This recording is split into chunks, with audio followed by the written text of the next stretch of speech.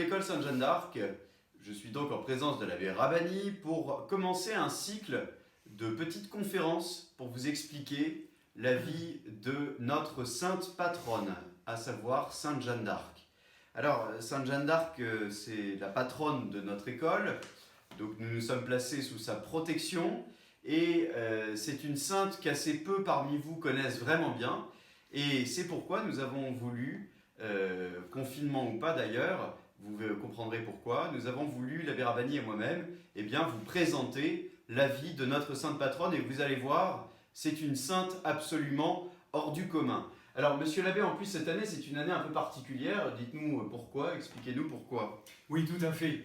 Vous le savez, les enfants, cette année, en 2020, nous célébrons le centenaire de la canonisation de Sainte Jeanne d'Arc. C'est-à-dire qu'il y a 100 ans, exactement le 16 mai 1920, l'Église catholique a déclaré Sainte Jeanne d'Arc. Et donc, cette année, c'est une grande fête pour l'Église, pour la France et pour notre école, puisque vous savez qu'elle est notre sainte patronne, mais aussi la patronne secondaire de la France. Alors justement, monsieur l'abbé, est-ce que vous pouvez nous raconter un petit peu les débuts de Sainte Jeanne d'Arc et l'enfance de notre sainte patronne, s'il vous plaît? Alors essayons d'être simples et concis. Notre histoire, les enfants, commence bien sûr en France, précisément en Lorraine, dans ce petit village que nous appelons Domrémy. Domrémy est vraiment un petit village de l'époque, vous voyez, du XVe siècle, assez pauvre. Et la petite Jeanne va naître le jour de l'Épiphanie, 1412, le 6 janvier 1412, dans une famille très chrétienne, mais aussi très simple. Et monsieur, le papa de Jeanne d'Arc, est laboureur. Elle va avoir une enfance assez paisible, comme vous, les enfants, une enfance normale, entourée de ses frères et sœurs. Elle va aimer jouer, elle va aussi devoir travailler, elle va apprendre sur les genoux de sa maman l'Ave Maria, le Notre Père, etc. Elle va aussi avoir l'habitude, voyez-vous, d'aller visiter les pauvres de son village, puisqu'il y en avait beaucoup à cette époque. Elle va aussi, durant toutes ces journées, essayer du plus possible de faire plaisir au bon Dieu. Et voyez-vous, tous les samedis, le jour qui est un peu consacré à la Sainte Vierge, elle avait l'habitude d'aller à quelques pas de Domrémy, dans un petit ermitage, l'ermitage de Bermond, sur une petite hauteur qui était réservée, si vous voulez, à la prière à Notre-Dame. Et elle lui offrait un cierge. Elle avait une grande dévotion à notre maman du ciel. Elle avait aussi une dévotion au nom de Jésus, et c'est pourquoi vous verrez plus tard, quand elle sera plus grande, elle choisira de tisser, de coudre sur son étendard le nom de Jésus et le nom de Marie. Alors, dans ce petit village de Domrémy, tout semble aller pour le mieux. Pourtant, la France, à cette époque-là, est en guerre, non? Oui, tout à fait. Elle est en guerre.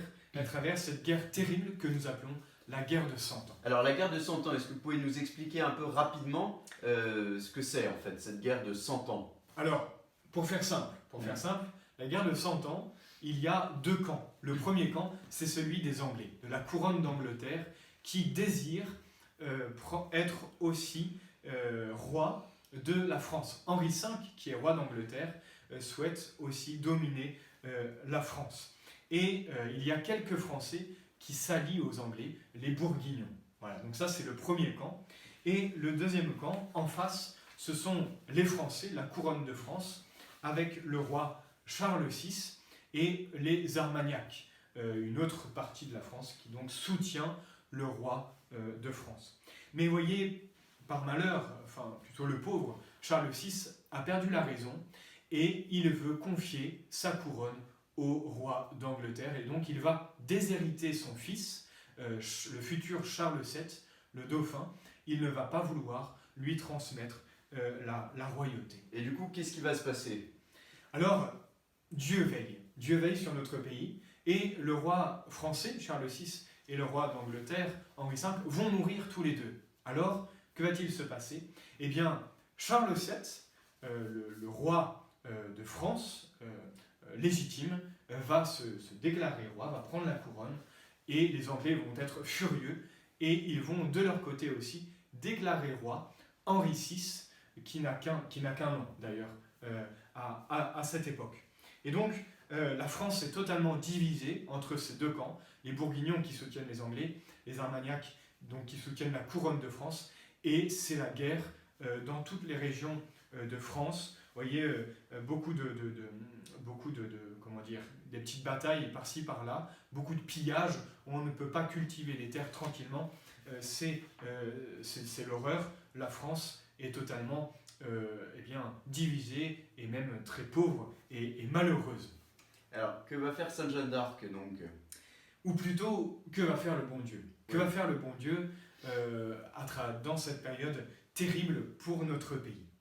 Eh bien, c'est en 1425, Jeanne, notre petite Jeanne, n'a que 13 ans, et un jour, vers midi, dans le jardin de son père, elle va voir une grande lumière, et à travers cette lumière, elle va voir le grand Saint Michel Archange, qui est l'ange gardien de notre pays, vous le savez.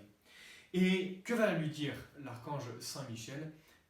L'archange va lui annoncer la visite de Sainte Marguerite et de Sainte Catherine très bientôt. Pourquoi vont-elles venir? Pour aider Sainte Jeanne à grandir en sainteté.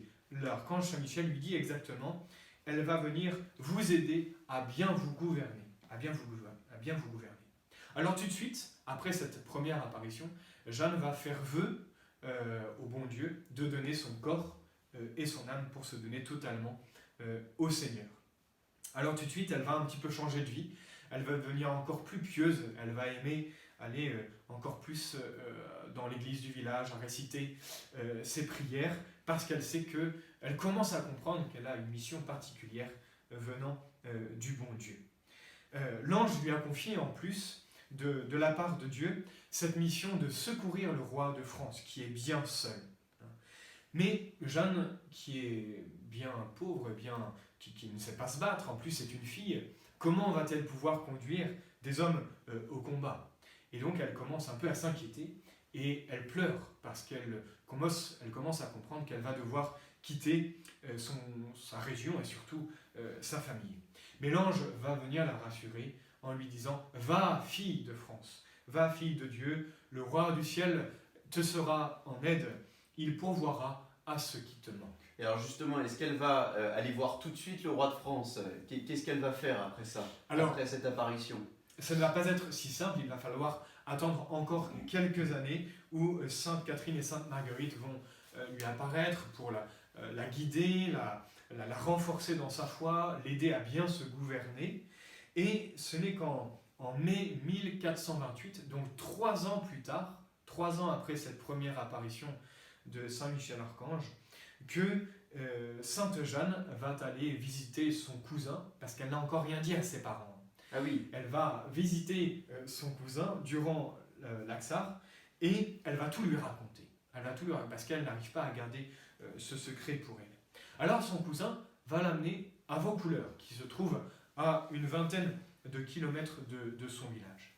Et là, elle va rencontrer le seigneur du coin, Robert de Baudricourt, et elle va lui dire « Seigneur, allez dire au roi qu'il ne doit pas engager un combat contre les Anglais avant telle date. » En fait, Jeanne a déjà des prophéties, a déjà des annonces de la part de Dieu, dont celle-ci, le roi ne doit pas encore engager un combat. Mais Robert de Baudricourt ne la croit pas et la renvoie chez elle. Et alors, les Anglais, pendant ce temps-là, qu'est-ce qu'ils font? Qu'est-ce qui continue à se passer en France? Les Anglais ne perdent pas de temps et ils vont assiéger Orléans. Or, Orléans, vous savez, les enfants, c'est une place stratégique qui commande la Loire. Et donc, s'ils prennent Orléans, si Orléans tombe, c'est tout le royaume qui est en possession de l'Angleterre. Donc, vous voyez, cette ville est très importante. Jeanne sait qu'elle doit s'y rendre pour libérer cette ville.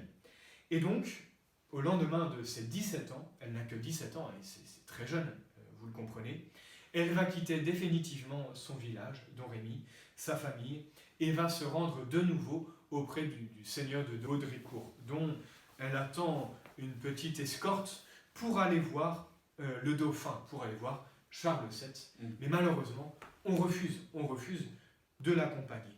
Mais un écuyer la rencontre et l'avait remarqué, elle l'avait un petit peu intrigué. Il va l'interroger sur ses intentions. Qu'est-ce que veut cette petite fille? Et Jeanne va lui répondre: il faut que je sois auprès du dauphin, auprès du roi, avant la mi-carême. Et il faut que j'y aille, même si je dois muser les pieds jusqu'aux genoux, j'irai coûte que coûte. Alors cet écuyer, Jean de Metz, lui demande: mais qui est votre Seigneur? Qui vous envoie? Et Jeanne va lui répondre: mon Seigneur, il n'est autre que Dieu, le roi du ciel. Alors Jean de Metz va vite comprendre l'importance de cette mission et il va décider, il va choisir d'accompagner Jeanne, la petite Jeanne, la pucelle, l'accompagner jusqu'au roi, jusqu'à Chinon. Jean lui demande: quand voulez-vous partir? Et Jeanne, écoutez bien, lui répond: plutôt aujourd'hui que demain, répond-elle.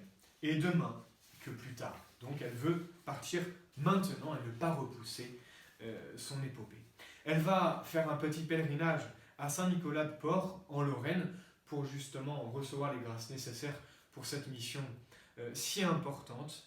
Elle va retourner à Vaucouleurs et annonce à Baudricourt que l'armée royale est en défaite, parce que le roi a lancé une attaque, et Jeanne, de nouveau par une prophétie, sait que l'armée du roi est en défaite. Alors Baudricourt est curieux de savoir comment c'est-elle cette défaite, et il va comprendre que Dieu, en fait, lui révèle ses annonces comme prophétie.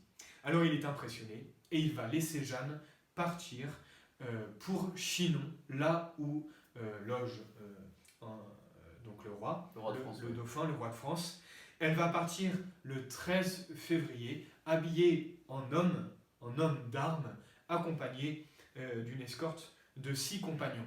Et vous vous rendez compte que ce trajet, de Vaucouleurs à Chinon est un périple de 600 km pour traverser une grande partie de la France à travers un territoire ennemi. Jeanne prend beaucoup de risques, elle le sait, et ses compagnons aussi, mais Jeanne va impressionner ses soldats par sa pureté, par sa confiance en Dieu surtout, et jamais elle ne va se décourager à travers cette épopée, à travers les lignes ennemies. Et que va-t-il se passer alors? Alors le voyage va être très long, très dangereux, mais Dieu veille, Dieu protège Jeanne et va la conduire jusqu'au bout de sa mission, vous le savez bien, mais cela, nous le verrons la prochaine fois. Alors, chers enfants, la prochaine fois, la suite de la mission de Sainte Jeanne d'Arc. N'oubliez pas de prier la neuvaine. Je vous rappelle que c'est une neuvaine qui prépare à la fête, donc qui s'arrêtera le 15 de ce mois. Et le samedi 16, ce sera, je le rappelle, les 100 ans de la canonisation, le jour où Jeanne d'Arc est devenue Sainte Jeanne d'Arc, et où on a pu l'honorer dans les églises. Donc le centenaire de sa canonisation, c'est un grand jour pour notre école, pour notre sainte patronne. Donc priez bien la neuvaine, même pendant le week-end, et oui, même quand on ne travaille pas, Sainte Jeanne d'Arc aime bien vos prières, et nous vous souhaitons en bonne forme pour vous retrouver très vite à l'école, ou au moins par ces petites vidéos explicatives sur Sainte Jeanne d'Arc. À bientôt les enfants. Victoire